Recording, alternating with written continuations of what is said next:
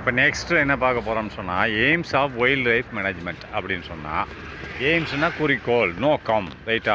அப்போ எதனான நோக்கம் ஆஃப் வைல்டு லைஃப் வனவிலங்குகள் மேனேஜ்மெண்ட் என்னது வன உயிரினங்கள் பாதுகாப்பதன் நோக்கம். இந்த மேனேஜ்மெண்ட் என்னது இந்த இடத்துல பாதுகாத்தல்னு வரும் ரைட்டா. வன உயிரினங்கள் அப்படின்னா வன உயிரினங்கள் வைல்டு வனவிலங்குகள்னு அர்த்தம். அதாவது வன உயிரினங்கள் வன விலங்குகள் அதை என்னது எய்ம் என்ன குறிக்கோள் நோக்கம். என்ன நோக்கம் மேனேஜ்மெண்ட்னா அது பாதுகாக்கிறது. மேனேஜ்மெண்ட் நிர்வாகம் செய்யணும். ஏன்னா அப்போ அதை எப்படி பாதுகாக்கணும், மேனேஜ்மெண்ட் நிர்வாகம் பண்ணுறது. அதை எப்படி நிர்வாகம் பண்ணுறதுன்னா பாதுகாக்க வேண்டி ரைட்டா. எப்படி பாதுகாக்கணும்னு பார்ப்போம் ரைட்டா. அப்போ the main aim the main எய்ம்னா முக்கிய நோக்கம் என்னவென்றால் ஆஃப் வைல்டு லைஃப்னா வனவிலங்குகள் கன்சர்வேஷன் அப்படின்னு கன்சர்வேஷன் பாதுகாத்தல். முக்கிய நோக்கம் என்ன எதற்கு முக்கிய நோக்கம் ஆஃப் வைல்டு லைஃப்னா வனவிலங்குகள் பாதுகாப்புக்கு முக்கிய நோக்கம் என்னவென்றால் கீழ்கண்டவைகள். வைல்டு லைஃப் கன்சர்வேஷனாக பாதுகாக்கிறது, வனவிலங்கு பாதுகாக்கிறது, வனத்தில் வாழ்கிற விலங்குகளை பாதுகாக்கிறதின் முக்கிய நோக்கம் என்னவென்றால் கீழ்கண்டவைகள். அதான் சொல்ல த மெயின் எய்ம்னா முக்கிய நோக்கம் எதற்கு ஆஃப் வைல்டு லைஃப் கன்சர்வேஷன் அப்படின்னா வைல்டு லைஃப் கன்சர்வேஷன்னா வனவிலங்குகள் பாதுகாப்புக்கு முக்கிய நோக்கம் என்னவென்றால் கீழ்கண்டவைகள்னு சொல்கிறான். அது என்னன்னு பார்ப்போமா. To control and limit exploitation of ஸ்பீசிஸ்னால் இனங்கள் அப்படின்னா மாடு ஒரு இனம், சிங்கம் ஒரு இனம். சிங்கமும் புலியும் ஒன்று சேர்ந்துட முடியாது. சிங்கம் வேறு இனம், ஆனால் மிருகங்கள் தான், எல்லாமே மிருகங்கள் தான். ஆனால் சிங்க இனத்தை சேர்ந்தது, மான் இனத்தை சேர்ந்தது. மான் செடி கொடைகளே சாப்பிடும். ஆனால் இதை சிங்கம் புலி மாமிசத்தை சாப்பிடும், அதாவது வெஜிடேரியன் கிடையாது ரைட். அதே மாதிரியே ஸ்பீசிஸ்னு இனங்கள். To control and limit exploitation of species அப்படின்னு சொன்னால் கண்ட்ரோல் அப்படின்றது என்னது கட்டுப்பாடு மற்றும் வரம்பு ரைட்டா. லிமிட்ன்றது வரம்பு ரைட்டா. எது ஒரு கட்டுப்பாடு இருக்க வேண்டும். டு கண்ட்ரோல்னால் கட்டுப்பாடு வைத்திருக்க வேண்டும். எதற்கு அண்ட் லிமிட் ஒரு வரம்பு இருக்க வேண்டும். எதற்கு எக்ஸ்ப்ளாய்டேஷன் ஆஃப் ஸ்பீசிஸ் பயன்படுத்துவதற்கு. எதை எக்ஸ்ப்ளாய்டேஷன் பயன்படுத்துவதற்கு உபயோகப்படுத்துவதற்கு. எதை ஆஃப் ஸ்பீசிஸ் இனங்கள்லாம் மிருகங்களை குறிக்குது. மிருகங்களை வேட்டையாடி கொன்று உண்பதற்கு கூட ஒரு கட்டுப்பாடு இருக்க வேண்டும். மொத்தமாக கிடைக்குதுன்ற எல்லாத்தையும் வேட்டையாடி கொல்லக்கூடாது அப்படிங்கிறான். கண்ட்ரோல்னால் கட்டுப்பாடு மற்றும் ஒரு வரம்பு இருக்க வேண்டும். எதற்கு எக்ஸ்ப்ளாய்டேஷன் மக்களுக்கு சொல்கிறான். எக்ஸ்ப்ளாய்டேஷன்னா அனுபவிக்க அல்லது உபயோகப்படுத்த. எதை உபயோகப்படுத்த ஆஃப் ஸ்பீசஸ்னால் இனங்கள்னா வனவிலங்கு இனங்களை வேட்டையாடி நீங்கள் கொல்லணுன்னா கூட ஓரளவுக்கு லிமிட்டாக தான் இருக்கணும்ன்றான் ரைட்டா. அடுத்து டு ப்ரிசர்வ்னு சொன்ன என்னது பாதுகாக்கிறது. டு ப்ரிசர்வ்னால் பாதுகாத்தல். எப்படி இந்த கன்சர்வேஷனாக காடுகளை பாதுகாத்தல், ப்ரிசர்வ்னால் இந்த மாடு மிருகங்களை பாதுகாத்தல் ரைட்டா. அது மாதிரி தான் டு ப்ரிசர்வ்னால் பாதுகாத்தல். The plants and animals from the extinction அப்படின்னா பிளான்ஸ்னால் தாவரங்கள் மற்றும் மிருகங்களை ஃப்ரம் எக்ஸ்டிங்ஷன்னா இறப்பிலிருந்து பாதுகாத்தல் ரைட்டா. எதிலிருந்து பாதுகாத்தல் இறக்கக்கூடிய நிலைமையில் இருக்கக்கூடிய மரங்கள் மற்றும் மிருகங்களை பாதுகாத்தல். டு ப்ரிசர்வ்னால் பாதுகாத்தல். எதை பாதுகாத்தல் த பிளான்ஸ்னால் இறக்கம் பிளான்ஸ்னால் மரங்களை வெட்டாமல் பாதுகாத்தல். அண்டு அனிமல்ஸ்னால் மிருகங்கள்.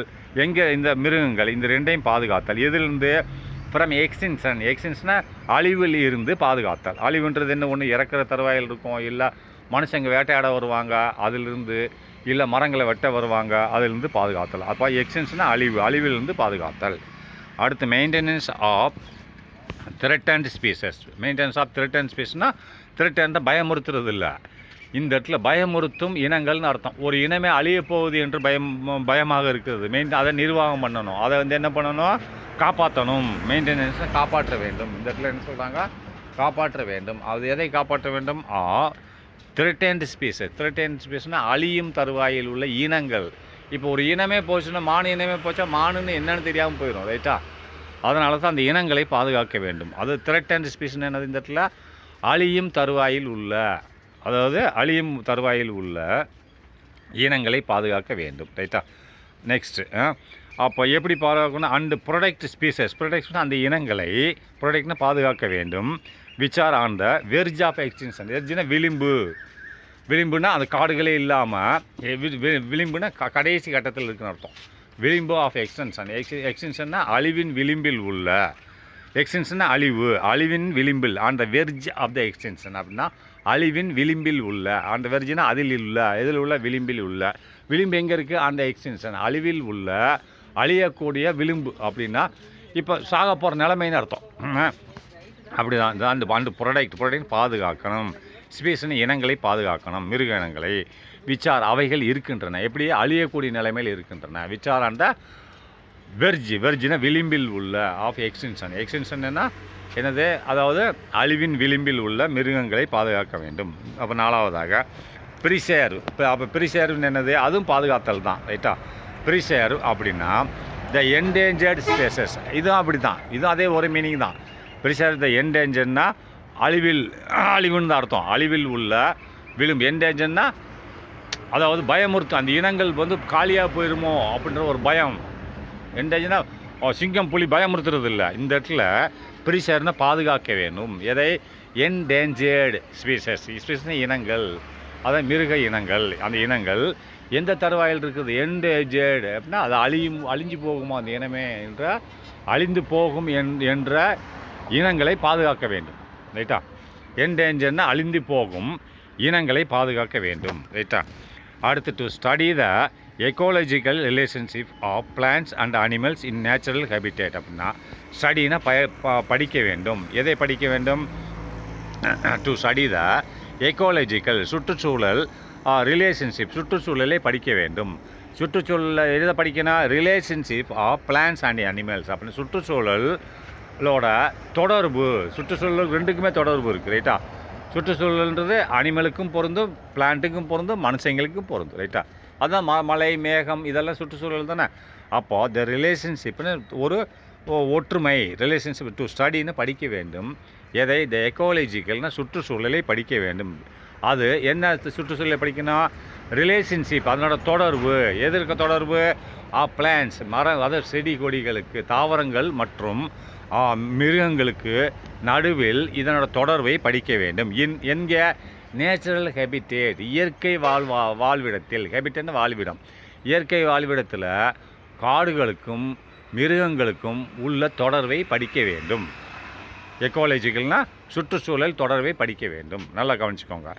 நேச்சுரல் ஹேபிடேட்னு இயற்கை வாழ்விடத்தில் காடுகளுக்கும் பிளான்ட்ஸ் அண்ட் அனிமல்ஸ்னால் மிருகங்களுக்கும் உள்ள தொடர்பை, சுற்றுச்சூழலின் தொடர்பு. என்ன தொடர்பு? என்ன தொடர்பு? சுற்றுச்சூழலின் தொடர்பு. சுற்றுச்சூழலுக்கு மரங்களுக்கும் மிருகங்களுக்கும் நடுவில் ஒரு தொடர்பு இருக்கிறது. அதை எங்கே இருக்கிறது? நேச்சுரல் ஹேபிடேட் அப்படின்னா இயற்கை வாழ்வாதாரம், அது ஃபாரஸ்ட்டில் இருக்குது, அதை படிக்கன்னு சொல்கிறான். அடுத்து hunting and poaching should be prohibited அப்படின்னா ஹண்டிங் என்னது? வேட்டையாடுதல், அதாவது துப்பாக்கி வச்சு சுட்டு கொன்று சாப்பிட்றது, வேட்டையாடுதல். அண்டு போச்சிங்னா பிடிக்கிறது, ரைட்டா? போச்சிங்னா பிடித்தல். சின்ன சின்ன மிருகங்கள் நேராக போய் பிடிச்சிக்கலாம். இப்போ சிங்கத்தை போய் பிடிக்க முடியுமா? அது கடிச்சு கொதறிடும். அதாவது துப்பாக்கி வச்சு சுட்டு தான் பிடிக்கணும். முயல் கடிச்சுன்னா பிடிச்சிக்கலாம் அப்படியும், ரைட்டா? அதான் சொல்கிறான். ஹண்டிங்னா வேட்டையாடுதல், மற்றும் போச்சிங்னா பிடித்தல், ஷுட் பி ப்ரோஹிபிட்டட், அதை தவிர்க்க வேண்டும். ஹண்டிங் என்ன? வேட்டையாடுறதையும், அதேமாதிரி போச்சிங்னு சொன்னால் பிடிக்கிறது. அதை எதை பிடிக்கும்? ஹண்டிங்னு எதை வேட்டையாடுறாங்க? மிருகங்களை தானே, மிருகங்களை தான் சொல்கிறான். ஹண்டிங் அண்டு போச்சிங்னா வேட்டையாடுதல் மற்றும் பிடித்தல், ஷுட் பி ப்ரோஹிபிட்டட், தவிர்க்கப்பட வேண்டும், ரைட்டா? Next establishment of national parks அப்படின்னா உண்டாக்கப்பட வேண்டும். தேசிய பூங்காக்கள் உண்டாக்கப்பட வேண்டும், ரைட்டா? தேசிய பூங்காக்கள் உண்டாக்கப்பட வேண்டும். அடுத்து வைல்டு லைஃப் சாங்சுரிஸ், வனவிலங்கு சரணாலயம் உண்டாக்க வேண்டும். சாங்சுரின்னு சரணாலயம் பெருசாக இருக்கும், பார்க்குன்றது சிறுசாக இருக்கும். நேஷனல் பார்க்குன்றது குறிப்பிட்ட மிருகங்களை வைத்திருக்கும், ரைட்டா? ஆனால் இந்த வைல்டு லைஃப் சாங்சுரிஸ்னா பெருசாக இருக்கும், ரைட்டா? சாங்சுரினா சரணாலயம், பார்க்குனா பூங்காக்கள், ரைட்டா? அதை எஸ்டாப்ளிஷ்மெண்ட்டை உண்டாக்க வேண்டும். எதை உண்டாக்க வேண்டும்? நேஷனல் பார்க், தேசிய பூங்காக்கள் உண்டாக்க வேண்டும் மிருகங்களுக்காக வேண்டி. அண்டு வைல்டு லைஃப் சென்ச்சுரிஸ் அப்படின்னு சொன்னால் வனவிலங்கு சரணாலயம் உண்டாக்க வேண்டும். அண்டு 3வதாக protected areas and biosphere reserves அப்படின்னா ப்ரொடெக்டட் ஏரியாஸ்னால் பாதுகாக்கப்பட்ட பகுதியை உண்டாக்க வேண்டும். அதுக்கடுத்து பயாலஜிக்கல் ரிசர்வ்ஸ் அப்படின்னா உயிர்கோள காப்பகங்கள் அர்த்தம். இப்போ நீலகிரி வந்து ஒரு உயிர்கோள காப்பகங்கள் தமிழ்நாட்டில். ஏன்னா உயிர்கோளம் அப்படின்னு பயாலஜிக்கல் நல்லா பார்த்துக்கோ. பயோஸ்பியர்னா ஸ்பியர்னா கோளம், பயோன்னா உயிர்கோள ரிசர்வ்ஸ் காப்பகங்கள் அப்படின்னா இது பெரிய காடாகவே இருக்கும். ஒரு காடையே ஒரு ஜூ மாதிரி வச்சுருப்பாங்க. காடை சுற்றி யாரும் போகக்கூடாது, அதுக்குள்ளே மிருகங்கள் சுற்றிட்டு இருக்கோம். அதான் பயோஸ்பியர் ரிசர்வ்ஸ்னு சொல்லுவாங்க. ஜூ அதாவது என்னது, நேஷ்னல் பார்க் சின்னது, ரைட்டா. அதில் இது இருக்கும், என்னது, குருவிகள் வச்சுருப்பாங்க, சின்னதாக மிருகங்கள் வச்சுருப்பாங்க. அதுக்கடுத்து என்ன சொல்கிறான், வைல்டு லைஃப் சேஞ்சுரி அப்படின்னா பெருசாக இருக்கும் சரணாலயம். மூணாவதாக ரொம்ப பெருசாக இருக்கும், ஒரு 100 ஏக்கர் ஒரு 5 கிலோமீட்டர் 10 கிலோமீட்டர் காடு இருக்கும். அந்த காட்டுக்குள்ளே அதுவாக தெரிஞ்சிட்ருக்கோம். அந்த காடை சுற்றி கேட்டு போட்டிருப்பாங்க, அதுக்குள்ளே யாரும் உள்ளே போக முடியாது. ரோடு போட்டிருப்பாங்க, உள்ளே போக முடியாது. அது அந்த மாதிரி, அதுக்கு பேர் தான் என்ன சொல்கிறாங்கன்னா பயோஸ்பியர் ரிசர்வ்ஸ் அப்படின்னா உயிர்கோள காப்பகங்கள்ன்றான். உயிர்கோள காப்பகங்கள் தமிழ்நாட்டில் எங்கே இருக்குது, நீலகிரியில் இருக்குது. நீலகிரி மாதிரில நீ பஸ்ஸில் ரோட்டில் போயிட்டு இருக்கும்போது பார்க்கலாம், ஆணைகள் வந்து குறுக்கால இருக்கும். உயிர்கோள காப்பகங்களை அமைக்க வேண்டும், எஸ்டாப்ளிஷ் அமைக்க வேண்டும் சொல்கிறான், ரைட்டா.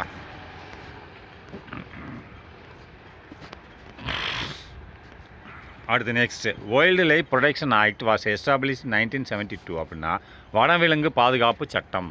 வனவிலங்கு வைல்டு லைஃப்னா வனவிலங்கு பாதுகாப்பு ப்ரொடெக்ஷன் பாதுகாப்பு சட்டம் வாஸ் எஸ்டாப்ளிஷ் 1972. அது அமைக்கப்பட்டது, உண்டாக்கப்பட்டது 1972 உண்டாக்கப்பட்டது. The provisions of the act are, அதனோட வழிமுறைகள், அந்த சட்டத்தின் வழிமுறைகள் ஆர் இருக்கின்றன, கீழ்கண்டவாறு இருக்கின்றன, ரைட்டா. புரோகிபிட் தடுக்க வேண்டும்.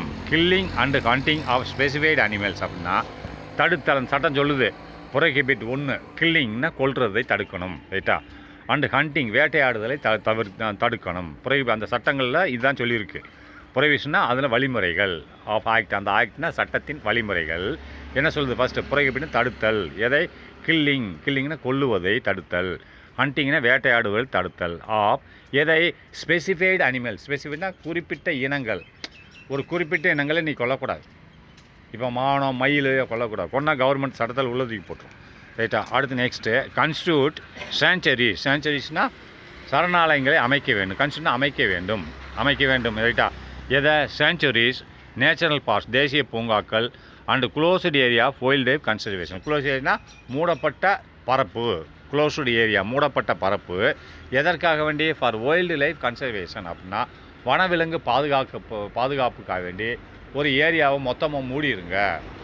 கன்ஸ்டியூட்னா உண்டாக்கு, எதை, சேஞ்சுரியை உண்டாக்கணும், தேசிய பூங்கா உண்டாக்கணும், அண்டு மூணாவதாக ஒரு ஏரியாவை சுற்றி வளைச்சி மூடிடணும். எதற்காக வேண்டி, வைல்டு லைஃப் வனவிலங்கு பாதுகாப்பு. அதான் நீலகிரி மலை, அது ஏகப்பட்ட கிலோமீட்டரில் மூடி இருக்கும்.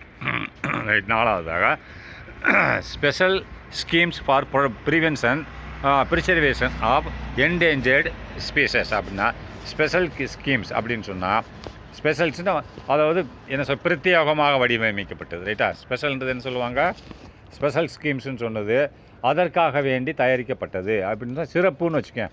சிறப்பு திட்டங்கள், ரைட்டா. அது சிறப்பு திட்டங்கள்னு வரும். சிறப்பு திட்டங்கள் ஃபார் ப்ரிசர்வேஷன், ரைட்டா. ப்ரிசர்வேஷன் சொன்னால் பாதுகாக்க வேண்டி, ரைட்டா.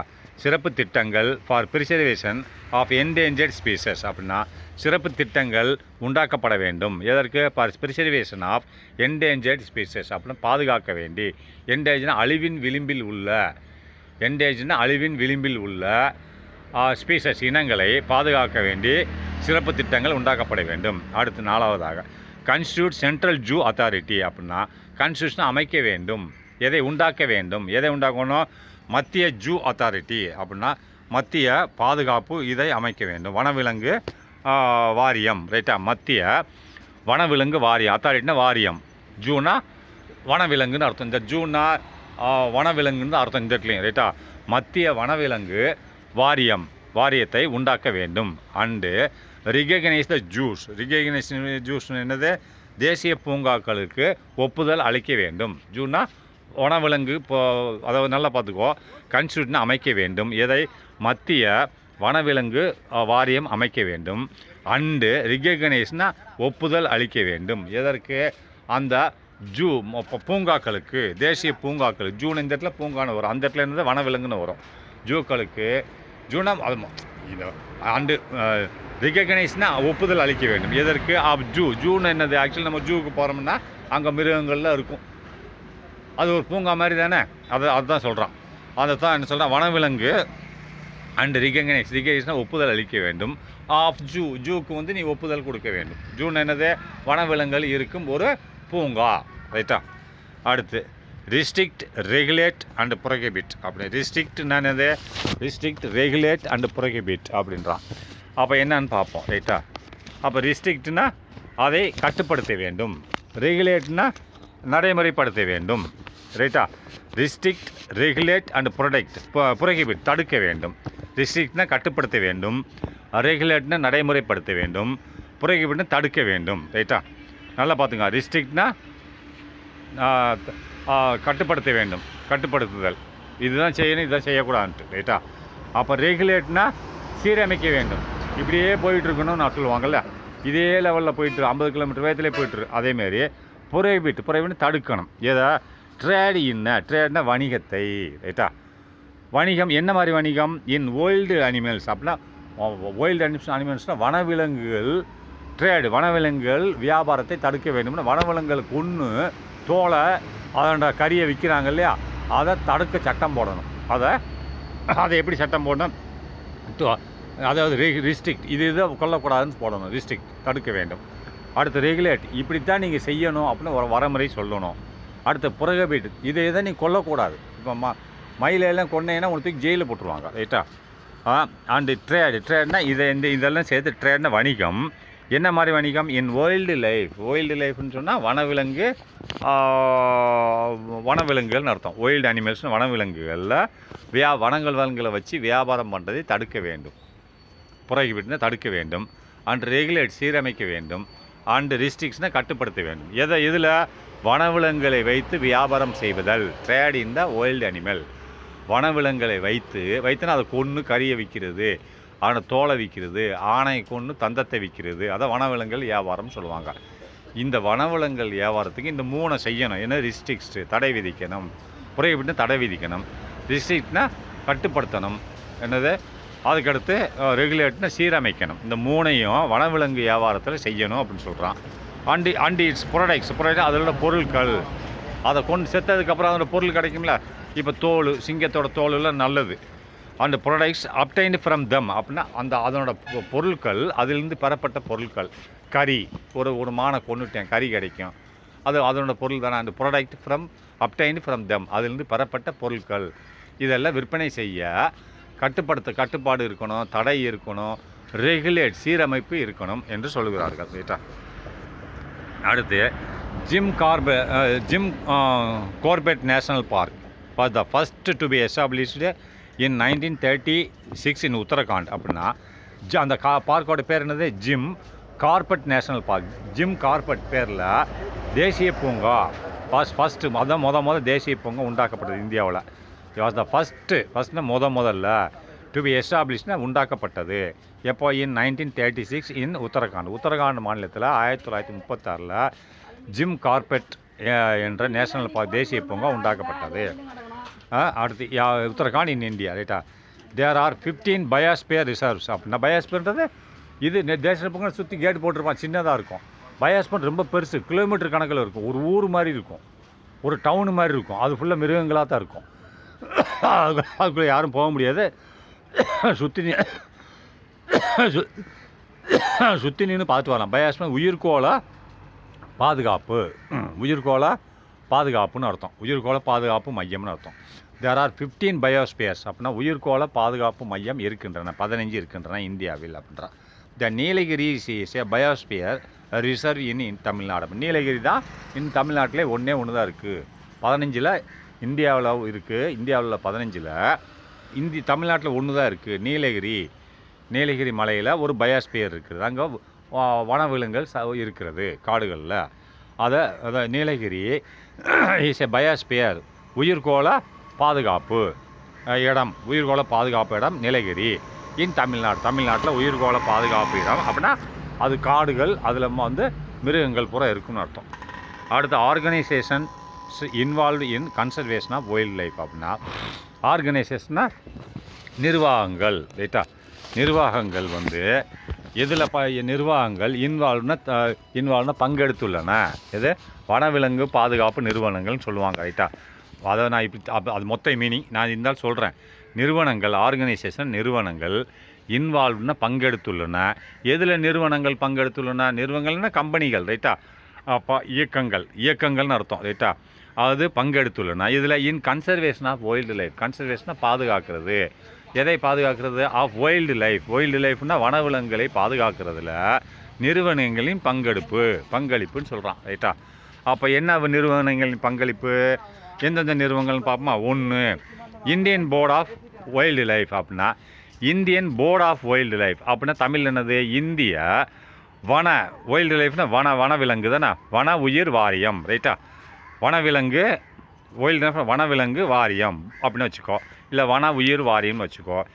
இந்தியா வன உயிர் வாரியம், போர்டுன்னா வாரியம், ரைட்டா? அடுத்து வேர்ல்டுனா உலக, ரைட்டா? வைல்டு லைஃப் ஃபண்டு, ரைட்டா? உலக ஃபண்ட் ஃபார் நேச்சர் அப்படின்றான். அப்போ உலக வைல்டு லைஃப் வனவிலங்கு ஃபண்டு நிதி ஃபார் நேச்சர், ஃபார் இயற்கையில். இது என்ன சொல்லுவாங்க? சர்வதேச வன உயிர் வாரியம்ன்றான், ரைட்டா? ஆனால் இது வந்து இதோட மீனிங் என்னென்னா உலக வைல்டு லைஃப் வனவிலங்கு நிதி ஃபார் நேச்சர் அப்படின்னா ஃபார் நேச்சர் இயற்கைக்கு, ரைட்டா? அடுத்து இதெல்லாம் ஒவ்வொரு ஆர்கனைசேஷன் உலக லெவலில் இருக்கும், இந்தியா லெவல்லே இருக்கும். இதெல்லாம் வனவிலங்குகளை பாதுகாக்கும். அல்லது வேர்ல்டு கன்சர்வேஷன் யூனியன் அப்படின்னா உலக பாதுகாப்பு ஒன்றியம், யூனியன் ஒன்றியம், ரைட்டா? அடுத்த நாள் International Union for Conservation of nature and natural Resources அப்படின்னா பன்னாட்டு இயற்கை. இன்டர்நேஷ்னல் யூனியன் அப்படின்னா பன்னாட்டு கன்சர்வேஷன் ஆஃப் நேச்சர் இயற்கை. கன்சர்வேஷன்றது என்னது? பன்னாட்டு இயற்கை, ரைட்டா? பன்னாட்டு இயற்கை மற்றும் பன்னாட்டு இயற்கை வளங்கள், ரைட்டா? இயற்கை வளங்கள் பாதுகாப்பு, ரைட்டா? அதுதான் இப்படி சொல்கிறான். இன்டர்நேஷ்னல் யூனியன்னா தேசிய ஒற்றுமை, இதுவார் conservation of nature and natural resources. இது ஒரு இயற்கை மற்றும் இயற்கை சார்ந்த வளங்கள். இது ஒரு ஆர்கனைசேஷன். அடுத்து Convention of international trade in Endangered Species அப்படின்னு சொன்னால் கன்வென்ஷன் ஆஃப் அதாவது ஆபத்தான என்டேஞ்சர்ட் ஸ்பீசஸ்னால் ஆபத்தான இனங்கள் அப்படின்னா ஆபத்தான அழியக்கூடிய இனங்கள்னு அர்த்தம். ஆபத்தான இனங்களை பாதுகாப்பதற்காக வேண்டி சர்வதேச வர்த்தக மாநாடு, ரைட்டா? கன்சர்வேஷன்னா மாநாடு, சர்வதேச ட்ரேட்னா மாநாடு, இன்டர்நேஷ்னல் என்னது? சர்வதேச, ரைட்டா? வர்த்தக மாநாடு. Convention of international trade in என்டேஞ்சர்னா அழிவின் விளிம்பில் உள்ள இனங்களை பாதுகாக்க வேண்டி இது அமைக்கப்பட்டுள்ளது. அடுத்து பம்பாய் நேஷ்னல் ஹிஸ்ட்ரி சொசைட்டி அப்படின்றான். பம்பாய் நேஷ்னல் ஹிஸ்ட்ரி சொசைட்டினா பம்பாய் இயற்கை வரலாற்று நிறுவனம், ரைட்டா? பம்பாய் இயற்கை வரலாற்று நிறுவனம், சொசைட்டினா நிறுவனம், ரைட்டா? அடுத்து Wildlife Preservation Society of India அப்படிங்கிறான். வைல்டு லைஃப்னா நல்லா கவனிங்க, வைல்டு லைஃப் ப்ரிசர்வேஷன் அப்படின்னு சொன்னால் வைல்டு லைஃப்னா வனவிலங்குகள், ப்ரிசர்வேஷன் சொசைட்டி ஆஃப் இந்தியா டெக்ராடன்ன்றான். அதாவது இந்திய வன உயிரி பாதுகாப்பு நிறுவனம்னு அர்த்தம். இந்தியா வன உயிர்கள் பாதுகாப்பு நிறுவனம் அப்படின்னு சொல்கிறான். நெக்ஸ்ட் பாருங்கள், இதில் என்ன பண்ணுறோம்? ராதிகா ராமசாமி என்ற ஒரு பொண்ணு, ரைட்டா? A native of Venkatachalapuram village, Venkatachalapuram கிராமத்தில் தேனி டிஸ்ட்ரிக்டில் இன் தமிழ்நாடு. அப்போது தமிழ்நாட்டில் உள்ள தேனி டிஸ்ட்ரிக்டில் உள்ள வெங்கடாச்சலபுரம் கிராமத்தில் உள்ள ராதிகா ராமசாமி என்ற பெண், ரைட்டா? ராதிகா ராமசாமி அவளுக்கு நேட்டிவ் பிளேஸ் என்னது? வெங்கடாச்சலபுரம் வில்லேஜ், அந்த கிராமம். அது எங்கே இருக்குது? தேனி மாவட்டத்தில் இருக்குது. தேனி மாவட்டம் எங்கே இருக்குது? தமிழ்நாட்டில் இருக்குது. அப்போ இந்த பெண் என்ன செஞ்சா? Was the first Indian woman to strike and international reputation. அப்படின்னா இந்த ஒரு பெண் வந்து முதல்ல இந்த பெண் என்ன பண்ணான்னா தோற்றுவித்தார். என்னது? இருந்தார் பெண்மணி. ஃபஸ்ட்டு இந்தியன் உமன், இந்திய பெண்மணி என்ன செஞ்சா? ஃபஸ்ட் இதுதான் பெண்மணி. எதற்கு? டு ஸ்ட்ரைக், தோற்றுவித்தார். ஸ்ட்ரைக்னா தோற்றுவித்தார். அண்ட் இன்டர்நேஷ்னல் ரெப்புடேஷன் அப்படின்னா தேசிய அளவில் இன்டர்நேஷ்னல் உலக அளவில் புகழை தோற்றுவித்தார். அவர் ஒரு உலக அளவில் புகழ் பெற்றார். அப்போ தான் ஸ்ட்ரைக்னா தோற்றுவித்தார். இதில் இன்டர்நேஷ்னல் ரெப்புடேஷன் புகழ், உலக அளவில் புகழை உண்டாக்கினார். As a wild life photography. எந்த ஃபீல்டில், எந்த எந்த துறையில் அப்படின்னா as a wild life photographer அப்படின்னா வனவிலங்கு ஃபோட்டோகிராஃபர்னா புகைப்பட கலைஞர். வனவிலங்குகளை ஃபோட்டோ எடுத்து அழகாக காமிப்பார். அதான் வனவிலங்கு ஃபோட்டோகிராஃபர் அப்படின்னா வனவிலங்கு புகைப்பட கலைஞர் என்ற ஒரு புகழை பெற்றார். வனவிலங்குலேருந்து அவர் ஃபோட்டோ எடுத்திருக்காங்க அப்புறம் அந்த பெண்மணி. அதுக்கடுத்து பேஷன், அவரோட பேஷன் ஆர்வம். பேஷன் என்னது ஆர்வம். ஒவ்வொருத்தர் படிக்கல ஆர்வம் இருக்கும், ஒருக்கு திங்கிறதுல ஆர்வம் இருக்கும், ஒருத்தங்க சுற்றுலாவில் ஆர்வமாக இருக்கும். இந்த பெண்மணி ஆர்வம் என்ன passion is towards birds photograph. பேர்ட்னா பறவைகளோட ஃபோட்டோகிராஃப் தான் அவளோட பேஷன்னா ஆர்வம். டுவேர்ட்ஸ்னா பேஷன், அவளோட ஆர்வம் என்னவாக இருந்தது இஸ் டுவேர்ட்ஸ் பேர்ட்ஸ் ஃபோட்டோகிராஃபி. பேர்டுனா பறவைகளை புகைப்படங்கள் எடுப்பது அவளோட பேஷனாக இருந்தது. பேஷன்னா ஆர்வமாக இருந்தது. அவள் ஒரு புக் வேறு போட்டிருக்கா அந்த ஃபோட்டோக்களில் வச்சு. ஃபோட்டோ புக் அப்படின்னா ஃபோட்டோக்கள் அடைந்த ஒரு புத்தகம். எடுத்த ஃபோட்டோக்கள் அடைந்த ஒரு புத்தகம். ஆன் வைல்டு லைஃப் டைட்டில்னா அதாவது வனவிலங்குகள் தலைப்பில், வனவிலங்குகள் என்ற தலைப்பில், வனவிலங்குகள் தலைப்பில் எடுத்த ஃபோட்டோக்கள் அனைத்தும் எந்த பேரில் அந்த புக்காக வந்துச்சு? The best of wild life moments அப்படின்னா இந்த பேரில் ஒரு புக்காகவே வந்துச்சு. எந்த பேரில்? The best of wild life moments அப்படின்னு சொல்லி ஒரு புக்கே வெளியில் வந்துச்சு அப்படின்னு சொல்கிறாங்க. வன உயிரினங்களில் சிறந்த தருணங்கள். த பெஸ்ட்னா சிறந்த, ரைட்டா? அந்த புக்கு பேர் என்னது? The best of wild life moments அப்படின்னா அந்த பேரோட தமிழ் ஆக்கம் என்னென்னா வன உயிரினங்கள். பெஸ்ட்னா வன உயிரினங்கள், இது வைல்டு லைஃப்னா வன உயிரினங்கள், ரைட்டா? த பெஸ்ட்னா நல்ல, அப்போ மூமெண்ட்ஸ்னால் தருணங்கள், நேரங்கள் அர்த்தம். இதோட மொத்த தமிழாக்கம் வன உயிரினங்களின் சிறந்த தருணங்கள்னு அர்த்தம், ரைட்டா? அதுதான் இது இப்படியே படித்தேன்னு சொன்னால் தி பெஸ்ட்னா நல்ல, உயர்ந்த, வைல்டு லைஃப்னா வனவிலங்குகளின் தருணங்கள் என்ற ஒரு ஃபோட்டோக்கள் அடங்கிய ஒரு புத்தகம் வெளியிடப்பட்டது. வாஸ் பப்ளிஷ்னா வெளியிடப்பட்டது. இன் நவம்பர் 2014, 2014 நவம்பரில் வெளியிடப்பட்டது, ரைட்டா? அடுத்து wildlife conservation initiatives in India அப்படின்னா இயக்கம். Wildlife conservation initiative in இந்தியானா வைல்டு லைஃப்னா வனவிலங்கு பாதுகாப்பு இனிஷியேட்டிவ்னா ஆரம்பம், தூண்டுதல். இந்தியாவில் இனிஷியேட்டிவ் எப்படி செய்யப்பட்டது? வனவிலங்கு பாதுகாப்பு இனிஷியேட்டிவ் இன் இந்தியா. இனிஷியேட்டிவ்னா தூண்டுதல், தூண்டுதல் அப்படின்னா இந்த இடத்துல என்ன சொல்லுதுன்னா இனிஷியேட்டிவ் செய்யப்பட்டது. இந்தியாவில் வனவிலங்கு பாதுகாப்பு செய்யப்பட்டது. எப்படின்னு பார்ப்போமா? ஃபஸ்ட்டு த ப்ராஜெக்ட் டைகர்னா ஒரு project tiger and project elephant has been launched in 1973 and 1992 respectively. அப்போ ப்ராஜெக்ட் டைகர்னா ப்ராஜெக்ட் டைகர் ரெண்டு ஒன்று தான். ப்ராஜெக்ட் டைகர்னா வனவிலங்கு, அதாவது டைகர்னா புலி, ரைட்டா? புலி சம்பந்தமான ப்ராஜெக்ட், ஒரு திட்டம், புலி திட்டம்னு ஒரு திட்டத்தை உண்டாக்குனாங்க. எப்போ? 1973. அதுக்கடுத்து எலிஃபண்ட் திட்டம், ஆணைகள் திட்டம்னு ஒரு திட்டத்தை உண்டாக்குனாங்க. அது எப்போ? 1992. அது ரெண்டையும் சேர்த்து போட்டிருக்கான். புலிகள் திட்டம், ஆணைகள் திட்டம். Project tiger and project elephant has been லான்ச்டுனா உண்டாக்கப்பட்டது, நிறுவப்பட்டது. எப்போ? 1973 அண்ட் 1992 ரெஸ்பெக்டிவ்லி என்னது? அதை சார்ந்து. அப்போ சார்ந்துன்னு என்னது? முதல்ல உள்ள எண்ணு முதல்ல உள்ளதுக்கு, ரெண்டாவது உள்ள எண்ணு ரெண்டாவது உள்ளதுக்கு. அப்போ 1972 எப்போ ப்ராஜெக்ட் ஆஃப் டைகர் உண்டாக்குனது? 1900 ரெஸ்பெக்டில் அதான் மீனிங். 1992 ப்ராஜெக்ட் ஆஃப் எலிமெண்ட் உண்டாக்குனது. அப்போ ப்ராஜெக்ட் ஆஃப் டைகர் 1973லையும் ப்ராஜெக்ட் ஆஃப் எலிமெண்ட் 1992 உண்டாக்கப்படுது. அதான் இந்த ரெண்டையும் மேலே எழுதி ரெண்டையும் கீழே எழுதி ரெஸ்பெக்டிவ்னு போட்டுறான். சார்ந்து அதன் வாரியாக அப்படின்னா ப்ராஜெக்ட்னா திட்டம், புலிகள் திட்டம், ஆணைகள் திட்டம் ஹேஸ் பின் லான்ச்டு உண்டாக்கப்பட்டது இன் 1973 and 1992 ரெஸ்பெக்டிவ்லி. அதை சார்ந்து இந்த ஆண்டுகளில் உண்டாக்கப்பட்டது. அடுத்து crocodile conservation project was launch in 1976. அப்போ குரோக்கடைல் கன்சர்வேஷன்னா குரோக்கடைல் பாதுகாப்பு. குரோக்கடைல்னா முதலைகள் பாதுகாப்பு திட்டம் எப்போ உண்டாக்கப்பட்டது? 1976. அடுத்து சீ டர்ட்டில் கன்சர்வேஷன் ப்ராஜெக்ட் அப்படின்னா கடல் ஆமைகள், கடல் ஆமைகள் பாதுகாப்பு திட்டம் எப்போ உண்டாக்கப்பட்டது? 1999. அடுத்து India renovation 2020 is to conserve at least 3000 greater one-horned rhinos in Assam. In India நம்ம நல்லவங்க ரீனோன்னு என்னது காண்டாமிருகம் ரைட்டா, காண்டாமிருகம் சொல்லுவாங்க. இந்தியன் ரினோவிஷன் அப்படின்னா இந்தியா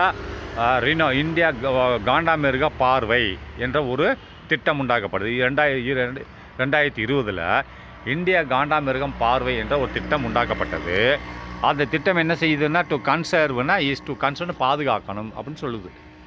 எதை பாதுகாக்கணும்? அட்லீஸ்ட் 3000, அட்லீஸ்ட் குறைந்த அளவு ஒரு 3000 கிரேட்டர் ஒன் ஹார்ன்டு ரினோஸ் அப்படின்னா பெருமை வாய்ந்த, கிரேட்டர்னா பெருமை வாய்ந்த, இந்த இடத்துல அதிகமான இல்லை, பெருமை வாய்ந்த ஒன் ஹார்ன்டு ரினோஸ். ஒன் ஹார்ன்னா ஒரு கொம்பு உள்ள, அது மத்தியில் மண்டையில் ஒரே ஒரு கொம்பு தான் இருக்கும்.